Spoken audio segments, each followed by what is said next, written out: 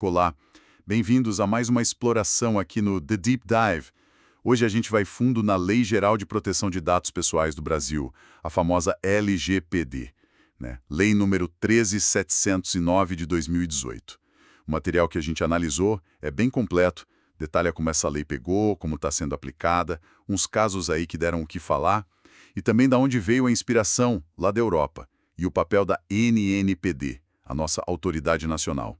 Então, a nossa missão aqui hoje é tentar desvendar os pontos mais importantes dessa lei. A gente quer entender, sabe, quando ela realmente começou a valer na prática, como é que as empresas e os tribunais estão lidando com isso, o que exatamente a NPD faz e de onde veio essa ideia toda.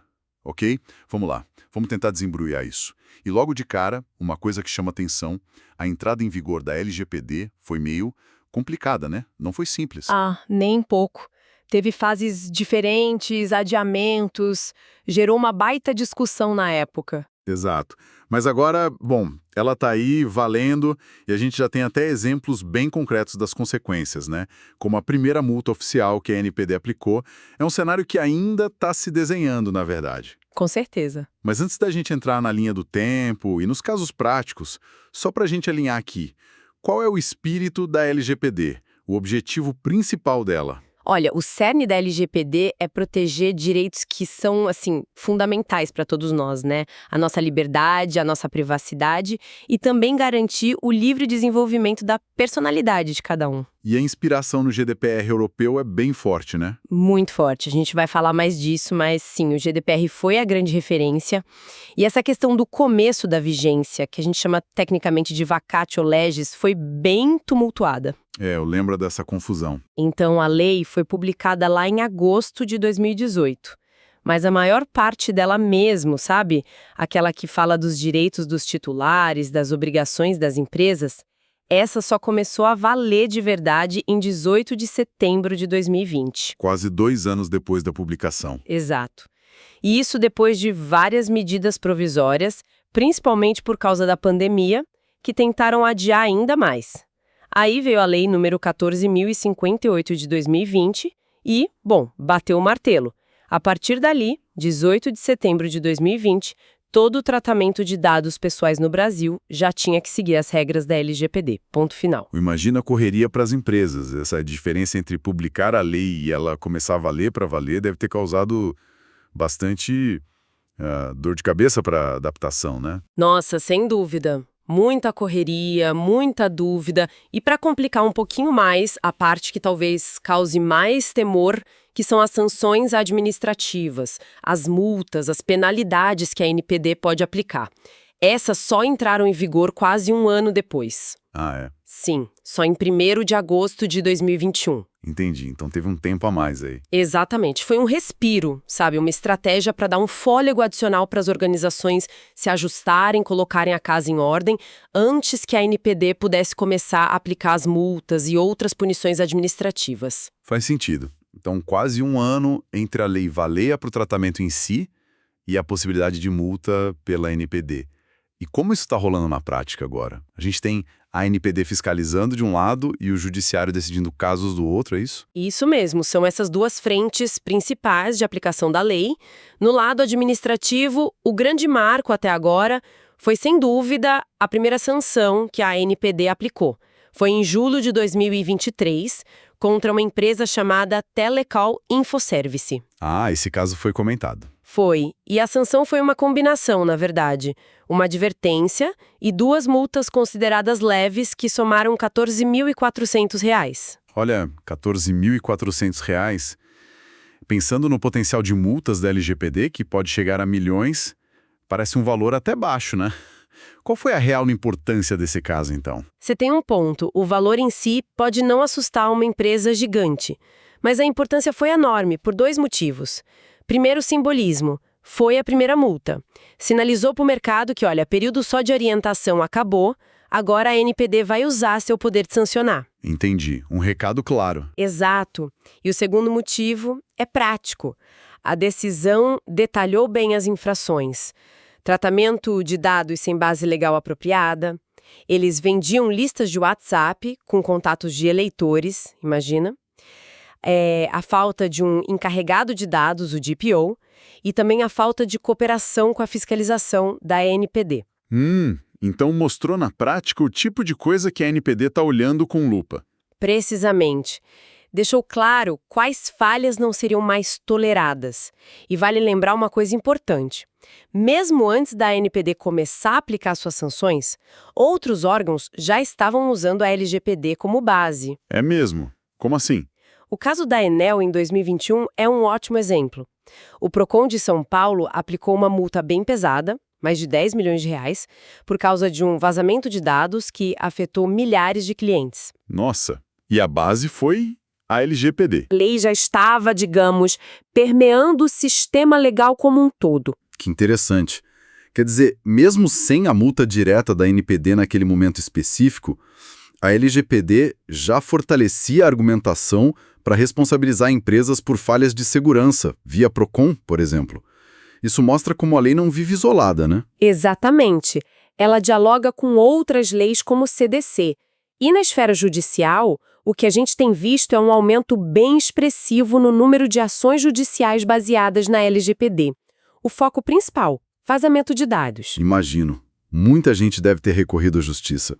Sim, e várias empresas de setores diversos, viu? Tecnologia, varejo, setor financeiro. Muitas já foram condenadas a pagar indenizações por danos morais aos titulares que tiveram seus dados expostos nesses vazamentos. Então, o risco para quem não se adequa é bem real.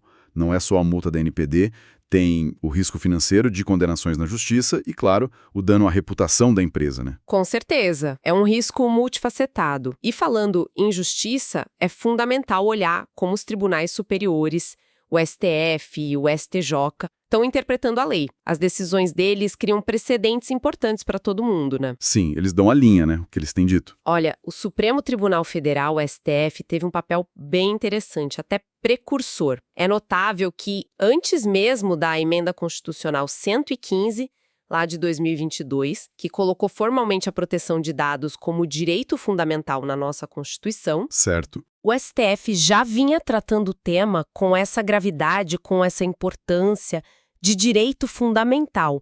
Um exemplo claro foi na ADI 6387. Ali o STF barrou o compartilhamento de dados de clientes de empresas de telefonia com o IBGE, que estava previsto numa medida provisória. E por quê? Porque faltava clareza na MP sobre a finalidade específica daquele compartilhamento, como os dados seriam tratados. O STF aplicou ali na prática princípios que são a alma da LGPD: finalidade, necessidade, transparência, mesmo antes da emenda. Puxa, isso é bem significativo. O judiciário, na mais alta corte, se antecipando e já tratando a proteção de dados nesse patamar, antes mesmo da mudança formal na Constituição. Mostra a força do tema, né? Exatamente. Mostra que a importância da privacidade e da proteção de dados já estava consolidada na visão do Supremo. E tem mais. No tema 990, que tem repercussão geral, ou seja, vale para todos os casos semelhantes, o STF definiu que o compartilhamento de dados pessoais entre órgãos públicos diferentes depende ou do consentimento da pessoa, do titular do dado, ou de uma lei muito específica, e essa lei tem que detalhar a finalidade e as hipóteses de tratamento, não pode ser algo genérico. Entendi. Coloca limites claros para como o governo pode usar nossos dados internamente. Exato. Impede aquela circulação indiscriminada de informações dos cidadãos dentro da máquina pública. Agora, descendo para o Superior Tribunal de Justiça, o STJ, a discussão que está pegando fogo é sobre o dano moral em caso de vazamento de dados. Ah, essa é a pergunta de 1 milhão, né? Vazo meu dado e já tenho direito à indenização automaticamente. Pois é a questão do chamado dano moral in re ipsa, ou dano moral presumido.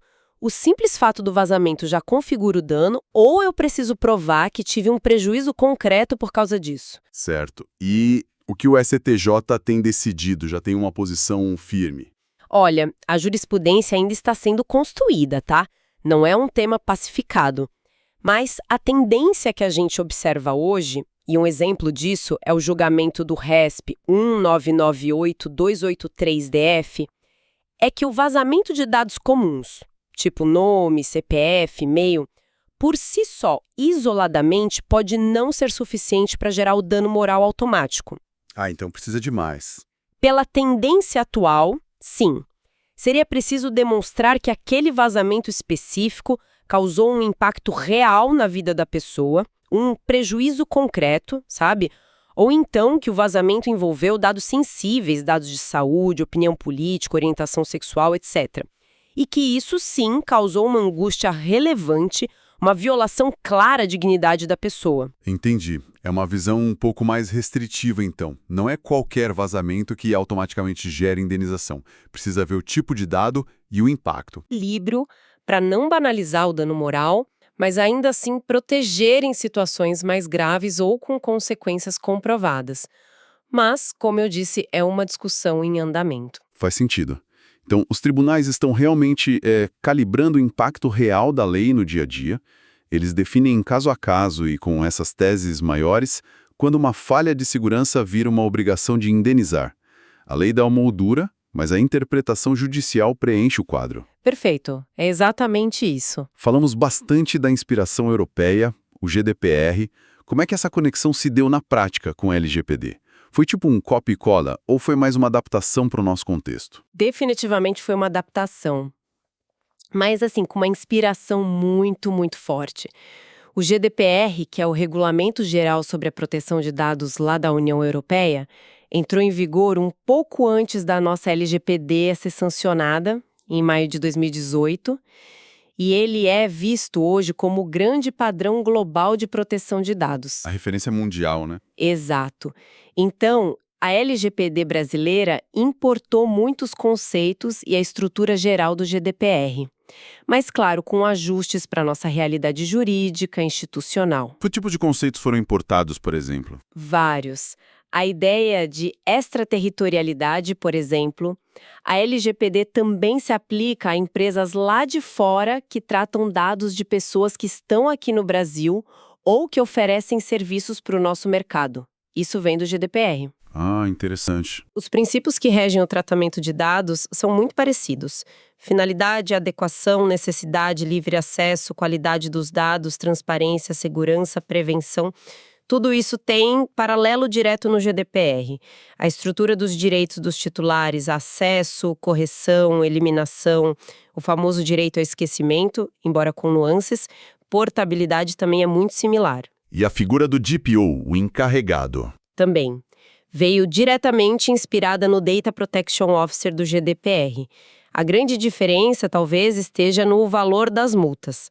Lá no GDPR, as multas podem ser astronomicamente mais altas, chegando a 4% do faturamento global anual da empresa. A LGPD tem um teto, hoje, de 50 milhões por infração, o que é alto, mas não chega nesses patamares globais do GDPR. Entendi. Então, pegamos a receita do bolo europeu, a estrutura conceitual, e adaptamos os ingredientes e o modo de fazer para a nossa cozinha brasileira, digamos assim. E parte dessa nossa cozinha institucional é a ANPD, a Autoridade Nacional. Qual é exatamente o papel dela nessa história toda? A ANPD é a peça central, né? É o órgão do governo federal responsável por zelar pela proteção de dados no país. A missão dela é ampla. Tem que implementar a LGPD, fiscalizar se ela está sendo cumprida e, um papel crucial, editar normas para regulamentar a lei. Regulamentar. Como assim? A LGPD, como muitas leis, define princípios gerais, diretrizes, mas muitos pontos precisam de detalhamento para serem aplicados na prática. Como exatamente se comunica um incidente de segurança, como se calcula uma multa, como tratar dados de crianças. São as normas, as resoluções da NPD que trazem esses detalhes. Elas dão a segurança jurídica que as empresas e os cidadãos precisam. Certo. Ela traduz a lei para situações mais concretas. Exatamente. E ela tem sido bem ativa nisso, viu? Já publicou várias resoluções super importantes. Uma delas é a resolução CDNPD número 4 de 2023, que trata da dosimetria das sanções. Dosimetria. Nome complicado, o que é isso? É basicamente o como calcular a multa. Essa resolução define os critérios que a ANPD vai usar para decidir o valor de uma multa ou qual outra sanção aplicar. Leva em conta a gravidade da infração, se a empresa agiu de boa fé, se teve alguma vantagem econômica com a infração, se é reincidente, o porte da empresa, se colaborou com a fiscalização. Ah, entendi. Tenta deixar o processo mais objetivo, né? Exato. É um esforço muito importante para trazer critérios claros para que a aplicação da sanção não pareça arbitrária. Tenta dar previsibilidade. Faz todo sentido. Evita aquela sensação de a multa veio do nada ou por que para mim foi tanto. Quais outras resoluções são chave? Outra de impacto gigantesco é a resolução CNPD número 2 de 2022. Essa é a que trata dos agentes de tratamento de pequeno porte. Pequeno porte. Tipo, micro e pequenas empresas. Isso. Microempresas, empresas de pequeno porte, startups. A NPD reconheceu que não dá para exigir o mesmo nível de complexidade e investimento de uma MEI e de um banco multinacional, né? Então, essa resolução flexibiliza algumas regras da LGPD para esses agentes menores. Que tipo de flexibilização? Por exemplo, em alguns casos, pode dispensar a obrigação de indicar um DPO, o encarregado. Também pode dar prazos maiores para eles responderem às solicitações dos titulares de dados. É uma forma de adequar a lei à realidade desses negócios, para não sufocar a inovação e o empreendedorismo. Isso é super importante mesmo, para não inviabilizar os pequenos. Sem dúvida. E tem também a resolução CDN, NPD número 1 de 2021, que foi uma das primeiras. Ela trata da comunicação de incidentes de segurança. Define como e quando as empresas, os controladores de dados, têm que avisar a ANPD e também os próprios titulares quando acontece um incidente, tipo um vazamento. E tem prazo para isso. Tem sim. O prazo para comunicar a ANPD é bem curto. São 2 dias úteis a partir do momento em que a empresa tem ciência do incidente.